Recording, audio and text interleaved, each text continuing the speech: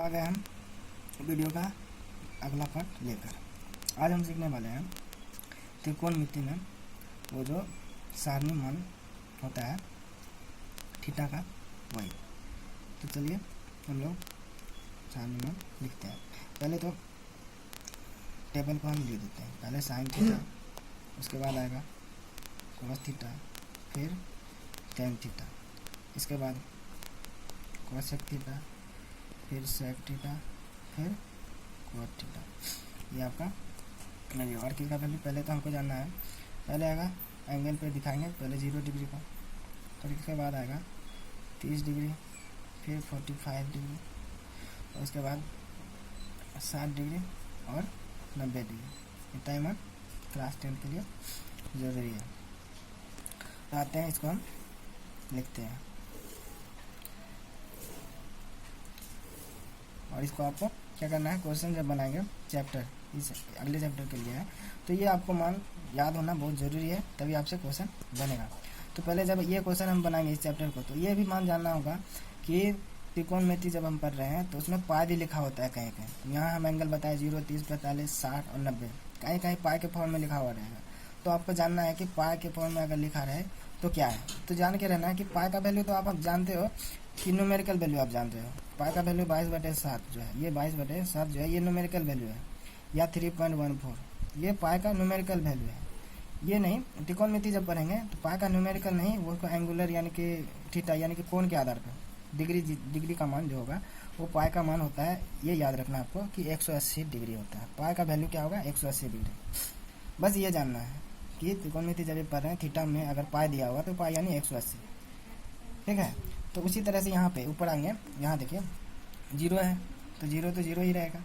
और 30 डिग्री को पाई के फॉर्म में कैसे लिखेंगे, यानी कि पाई/6 भी लिख सकते हैं। तो यहाँ अगर आपका पाई/6 रहे कहीं पे, तो आपको समझ जाना है कि इसका मान पूछ रहा है, यानी कि 30 डिग्री का, या पाई/4 रहे तो समझ जाना आपको कि 45 डिग्री है।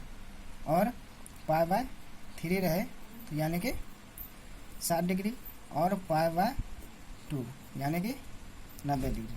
तो ये पाई के फॉर्म में आपका कहीं कहीं रहेगा। तो ये भी आपको याद रखना है कि पाई/6, पाई/4, पाई/3 और पाई/2 होता क्या, ये जान गए आप।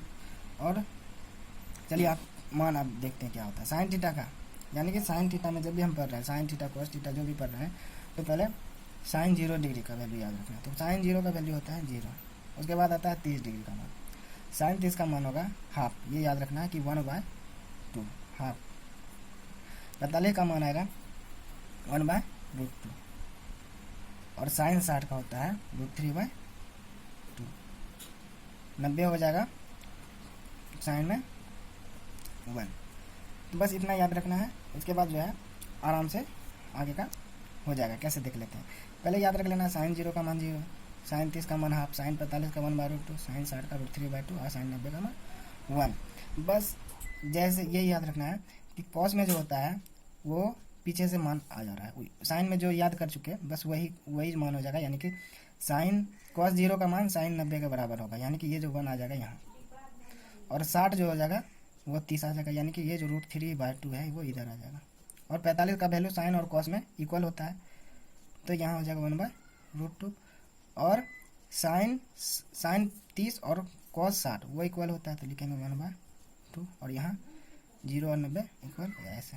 तो ये याद रखना आपको कि साइन में 0 और कॉस में 90 इक्वल, उसी तरह से कॉस में 0 साइन 90 इक्वल। और साइन 30 का वैल्यू जो है वो कॉस 60 के बराबर है, और साइन में जो 60 है वो कॉस 30 के बराबर, 45 तो इक्वल ही है। ये याद रखना है बस। और टेन थीटा में क्या याद रखना है, टेन थीटा जो हम बनाएंगे टेन 0 का मान, तो टेन 0 जो होगा वो 0 ही होगा, ठीक है। तो यहाँ लिख देंगे टेन 0 का मान 0। और टेन 30 का 1/√3, टेन 45 का मान 1 और टेन 60 का √3। इसके बाद जो टेन 90 का मान आएगा वो होगा इन्फिनिटी। इसको कहते हैं अपरिभाषित, या हाँ अपरिभाषित कहते हैं। यह गया और बस। उसके बाद तो आप मान जानते ही हो कि साइन का वो जो होगा उल्टा हो जाएगा। तो ये 1 के नीचे क्या होता है, कुछ भी कोई भी संख्या तो 1 के 0 के नीचे 1, तो इसको पलटेंगे तो ये इन्फिनिटी हो जाएगा, ठीक है ना। जीरो को पलट दे रहे हैं तो इन्फिनिटी हो जा रहा है, 1/2 को पलट देंगे तो यहाँ हो जाएगा 2। ये याद रखना साइन का उल्टा होता है कोसेक, तो ये पलट दे रहे हैं तो इसको भी पलटेंगे तो ये हो जाएगा √2। उसी तरह से यहाँ हो जाएगा 2/√3 ऐसा, 1 को पलटे तो 1 ही रहेगा बस। अब तो कॉस में भी वही होगा, ये सेक जो कॉस का उल्टा तो 1 का अपोजिट 1 ही होगा, इसको जो पलट दे रहे हैं तो 2/√3। और ये भी गौर से देखना है कि कॉसेक का जैसे साइन और कॉस में रिलेशन था उसी तरह से यहाँ भी हो जाएगा। यहाँ से इन्फिनिटी से आए इधर, अब ये इधर आ रहा है पीछे से, देखिए ये रहा, और ये जो √2 जो है वो इक्वल ही होगा। यहाँ जो कॉसेक 30 का मान है वही सेक 60 का मान होता है, यानी कि यहाँ पे आ जाएगा 2 और यहाँ हो जाएगा इन्फिनिटी।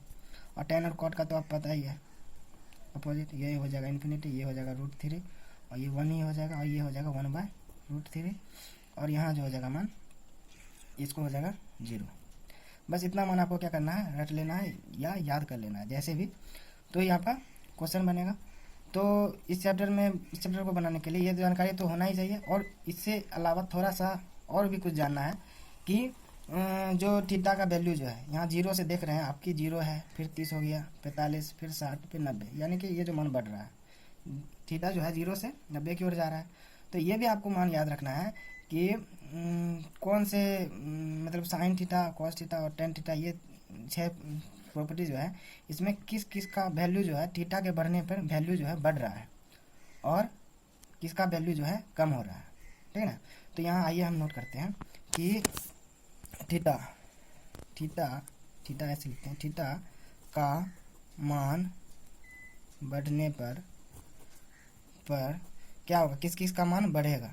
तो देख लें यहाँ पे देखते हैं कि साइन थीटा जो है 0 से होकर 1 हो जा रहा है, ठीक है ना, और ये जो है 1 से होकर 0 हो जा रहा है। तो यहाँ देख रहे हैं कि हम लोग साइन थीटा का मान बढ़ेगा, थीटा का मान जो होता है बढ़ने पर बढ़ेगा, किसका किसका बढ़ेगा वो देख लेंगे हम, बढ़ेगा तो किसका किसका बढ़ रहा है। तो पहले लिखते हैं साइन थीटा, इसका मान बढ़ रहा है, और ये घट रहा है, ये नहीं लिखेंगे। फिर ये 0 से लेकर के 1 से इन्फिनिटी हो जा रहा है, तो ये भी बढ़ रहा है, यानी टेन थीटा भी बढ़ रहा है। टेन थीटा का मान बढ़ने पर मान बढ़ेगा, वो साइन थीटा का, टेन थीटा का, और किसका बढ़ेगा, ये जो है इन्फिनिटी से 2 से फिर 1 हो जा रहा है, तो ये घट रहा है 1, फिर ये बढ़ रहा है, यानी कि सेक थीटा भी बढ़ रहा है, सेक थीटा ये बढ़ गया, और बाकी जो है घट ही रहा है। तो ये रहा पहला आपका नोट।